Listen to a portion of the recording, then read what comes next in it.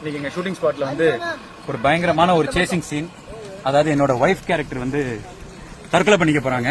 அதுக்கு ஏன்டா சேஸ் பண்ற அப்படின்னு நீங்க கேக்குறது எனக்கு புரியுது. இருந்தாலும் ஒய்ஃப் கேரக்டரா நடிக்கிறவங்க இவங்களை காப்பாத்த எனக்கு முன்னாடி போறது யாருன்னு பாத்தீங்கன்னா என்னோட பிரியமான அக்கா சுப்புலட்சுமி. அக்கா இல்லாம நான் இருந்ததே இல்லை. நான் குழந்தையா இருந்ததுல இருந்து என்னை வளர்த்தது எங்க அக்கா தான். இப்பவும் என்ன வளர்க்கறது எங்க அக்கா தான். அவன் வந்து என்னோட 20 வருஷம் பெரியவளா இருந்தாலும் எனக்கு அந்த ஏஜ் டிஃபரன்ஸ் அவங்க கொடுத்தது இல்ல. இந்த பாருங்க, இந்த மாதிரிலாம் எடுத்து கையில கொடுப்பாங்க, நான் விளையாண்டுக்கிட்டே வருவேன்.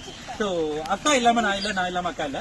ஸோ அதனால இப்ப என் ஒய்ஃப் வந்து பின்னாடி பாத்தீங்கன்னா இவங்க தான் என்னோட ஒய்ஃப் கேரக்டர் நடிக்கிறவங்க. இவங்க தற்கொலை பண்ணிக்கிறதுல எனக்கு விட ரொம்ப இன்ட்ரெஸ்டா தடுக்க போறது வந்து என்னோட அக்கா தான். சோ இப்ப எப்படி தடுக்கிறோம் அப்படிங்கறத பாருங்க. நீங்க என்ன சொல்லுங்க. தோஸ்தானா என்ன தெரியுமா?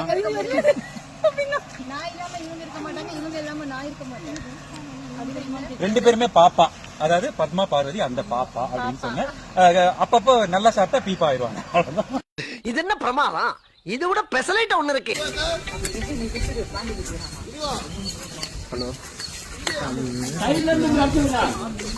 ஐயோ, அப்பவே ஜி தமிழ்ல சொன்னாங்க உங்களது ஒரு ரன்னிங் கேரக்டர்னு. ஆனா இப்படி ரன்னிங் கேரக்டர்னு யோசிக்கலையே.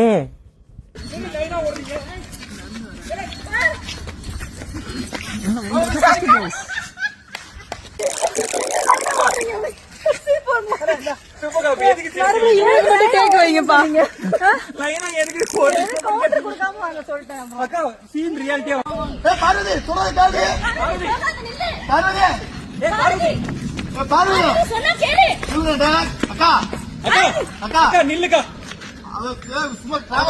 பண்ணிட்டு இருக்காக்கா, ஒன்னும் சாக மாட்டாக்கா, விடுக்கா. அக்கா கட் பண்ணி 10 நிமிஷம் ஆச்சுக்கா.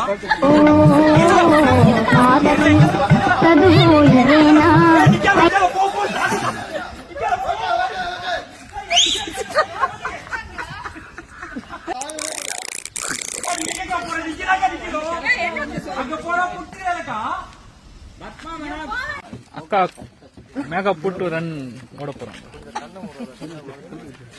சொல்றது நான் இப்ப முன்னாடி செத்து போனா நம்புவீங்களா? நான் இப்ப போய் சாகுவேங்க போறேங்க. ஏய் சிவா, ஏன் அப்படி பேசுற? சாவ மாட்டாக்கா, சொல்றத கேளுக்கா. என்ன பொழப்பு? நம்ம வாழ்க்கை எதை நோக்கி பயணமா போய்கிட்டு இருக்குன்னே தெரியலையே.